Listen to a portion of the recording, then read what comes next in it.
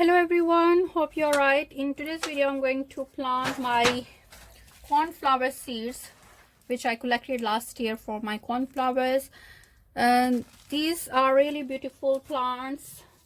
They can grow up to 2 feet, 3 feet tall, and they produce really beautiful pink, blue, purple color small flowers which are good for cut flower arrangements.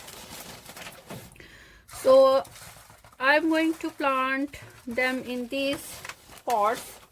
They are several cells, and I'm going to plant 3 or 4 seeds per pot, and later on I can decide how many I want to keep. Last year I have got really good crop, really good results of these flowers, and I'm not sure how it will be like this year because I'm starting them from my own collection of seeds. So it will be nice to see is there any difference if you start them from seeds which you buy from the shop or your own collected seeds. So here I'm filling up these containers with this multi-purpose compost which I normally use for all my seeds starting and planting. You should not use garden soil because that's kind of heavy for your seed starting, and compost or potting mix is good because it has light and fluffy and it has nutrients for your seedlings to flourish. So I have filled it evenly and I'm going to water it to make it moist.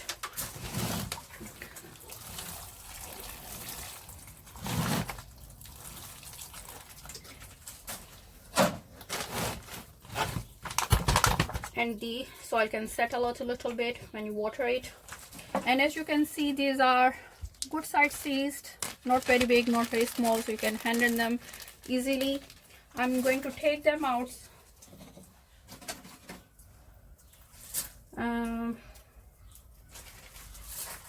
I think I will have to do it like this. So I'm going to just sprinkle them like this in each cell, and later on when they germinate I can see how many I want to keep or transplant or thin.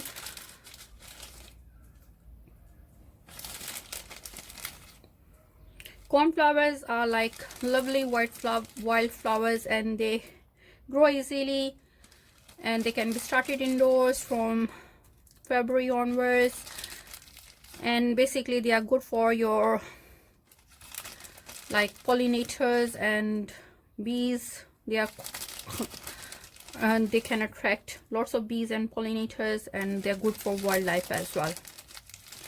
So I'm going to do all of them here. The reason I'm going to do them separately because I don't want to keep so many plants. You can use one big tray which doesn't have cells in it, and you can put all the seeds over there.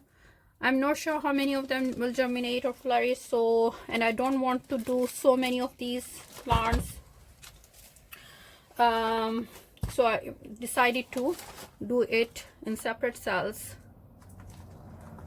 So later on, depending on germination rate, I can decide what to do with them. So I'm going to cover them lightly with this compost and water them once more. And basically that's all you need to do. You don't need to fertilize. When you start your seeds, once the seedlings appear and they have got 2 sets of true leaves, then you can start fertilizing them. And that's all. It's really easy to start your own seeds. Let me know in your comments which flowers you are growing this year. Have you grown cornflowers in past, or how your experience was with them. Here is a little update of my cornflower seeds which I sowed a week ago or so, and you can see almost all of them have germinated or are still germinating. They are really fast growing plants, and I'm quite happy with the performance of these seeds. I collected them last year myself from my plants, and as you can see they have germinated really well, looking nice, really fast growing, and I'm quite hopeful for the progress of these plants. So if you found this video useful, please give it a thumbs up and do subscribe to my channel as it helps me to make more videos, and click on the bell button so you receive all the notifications. Your opinion matters to us, so please leave a comment. Thank you very much for watching. Bye.